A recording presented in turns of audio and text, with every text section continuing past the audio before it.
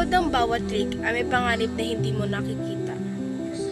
Sa internet world ay hindi lamang puro mga saya. May mga anino sa digital world na handang umatake. Ang tanong, handa ka bang lumaban? Cybercriminals. Hindi mo sila nakikita pero nandyan sila. Hackers, scammers, and identity thieves. Lahat sila naghihintay sa iyong pagtulong.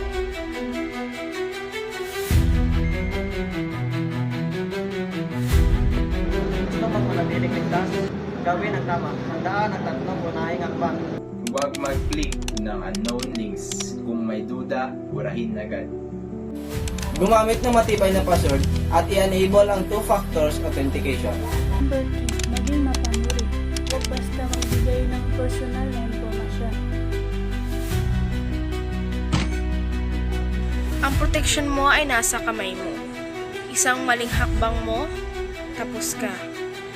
Pero kung alam mo ang laro nila, ikaw ang panalo.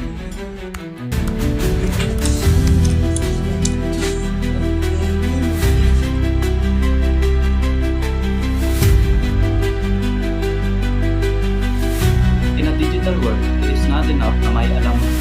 Kailangan din maging mapanuri. Protektahan ang privacy, protektahan ang data, at protektahan din ang think before you click. Defend your data. Stay cyber aware. Stay cyber aware. Stay cyber aware. Stay cyber aware. Stay cyber aware. Stay cyber aware.